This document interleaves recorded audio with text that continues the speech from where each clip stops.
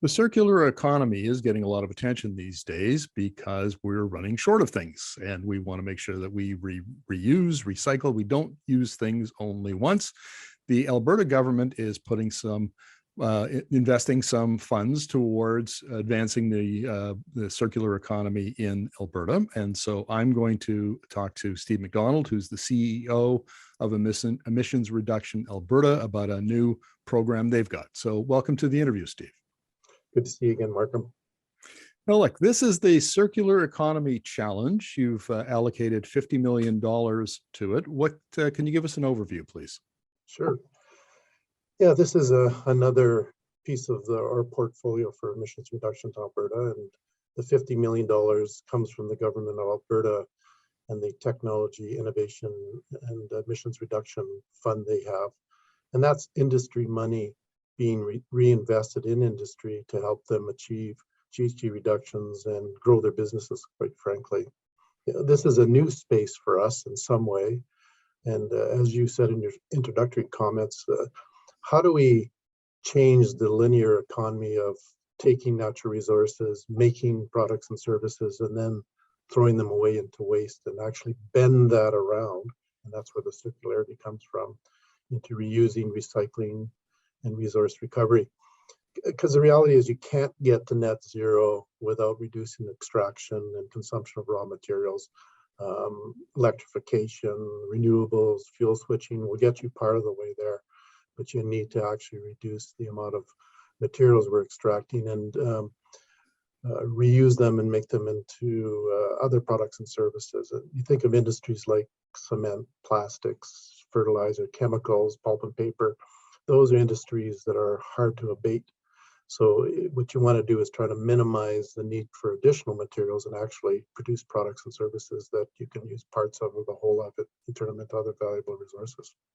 Right. And Alberta, of course, is home to the North America's second largest petrochemical cluster. So there's a lot of that going on in Alberta. Let's talk about some of the projects that the program might fund, what you're looking for: waste to value, add projects, high value material extraction from waste streams. What can you tell us about some of those? Yeah. So ERA's target space is those technologies that aren't yet commercial but need some de-risking and some support to get them at a state where they can be scaled up and the market can take hold of them. So we're looking at new builds, retrofits, and typically at the field pilot, the demonstration, or the first of kind commercial implementation. And the types of projects are, think of treatment and upcycling of waste streams from agriculture, forestry, construction. Those high value mineral extractions, and there's some projects we've been involved in that reusing fly ash are actually mining the tailing ponds for valuable minerals like titanium.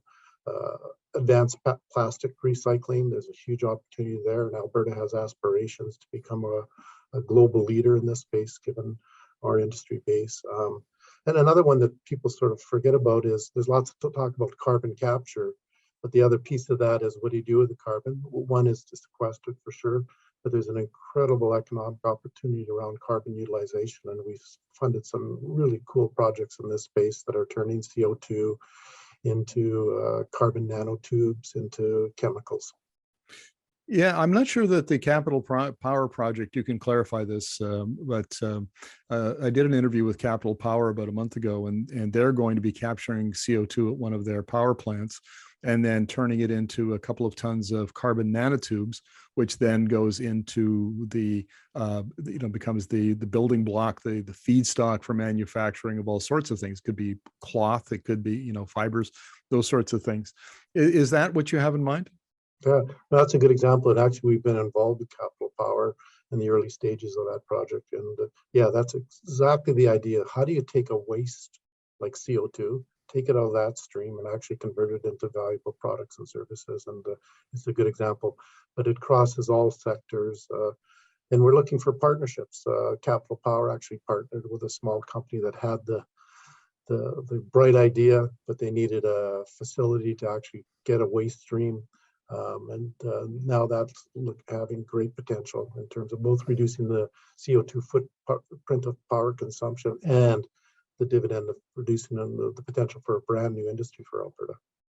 I want to talk a little bit about advanced plastics recycling, circular plastics technologies.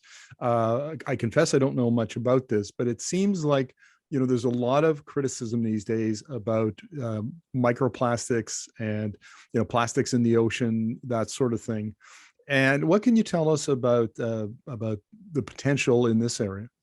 Yeah, again, a huge opportunity, and what it's really about is sort of looking at the content of products. What's the chemical composition, how are we structuring the molecules, and making them reusable in other products and services and recyclable, and also the design of products. We forget that. And, how do you reduce packaging? How do you create products that can be part of a value added and bolted on to other products and services and brought into the value chain in a different way? So again, the whole chemical and plastics area, tons of work going on there on both the supply and the demand side.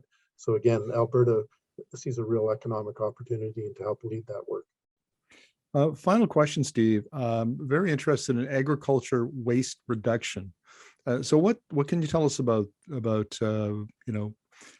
waste reduction in the farming sector? Yeah. Again, huge potential. Not just waste reduction that can happen through the use of applied artificial intelligence, to changing practices, but where there is food waste or forestry waste, how do you take that and use it in biofuels or use it in terms of as a fuel source for cement plants or power plants? So again, better practices using artificial intelligence to actually be more efficient, but where there's waste is an unavoidable byproduct. How do you take that waste and apply it and use it in a different way? And biofuels, given what's happening with renewable fuel standards and things like that, huge opportunities in that space for Alberta. I guess I do have one more question for you, Steve, and that is Alberta's place in this circular economy. Because I've done interviews with companies and scientists in the U.S. and Europe and Asia about this. Alberta is not the only jurisdiction that's putting a lot of money into this kind of research and hoping to develop new industries around it. Are we investing enough? Do we have the right strategies? What's your sense of this? You're right. We used to talk about millions and then billions, and now we're talking about trillions of dollars to sort of advance the green economy. So is $50 million enough? No. Our funding, in fact, leverages significant private capital. We expect this money will unlock hundreds of millions of dollars in opportunity. And it's not just about money. I think Alberta is doing a good job of putting the other conditions for success in place, creating a good regulatory environment, incenting companies to do the right things in this place. The other thing we have is the engineering and people expertise that many other jurisdictions doesn't have. This idea of turning products into valuable services and new products is something that we've excelled at across all industries. So great opportunities there. But I think you're absolutely right, Markham. We have to be mindful. This is a race. The ambitions set in terms of reductions are huge. The pace required is necessary, and Alberta needs to be strategic and thoughtful and take real steps to advance this space. Well, then I have another question for you. This is something that I bang on about all the time, which is that the 2020s are the disruptive decade in this energy transition. And this is essentially a lot of these new industries like batteries and electric vehicles and so on.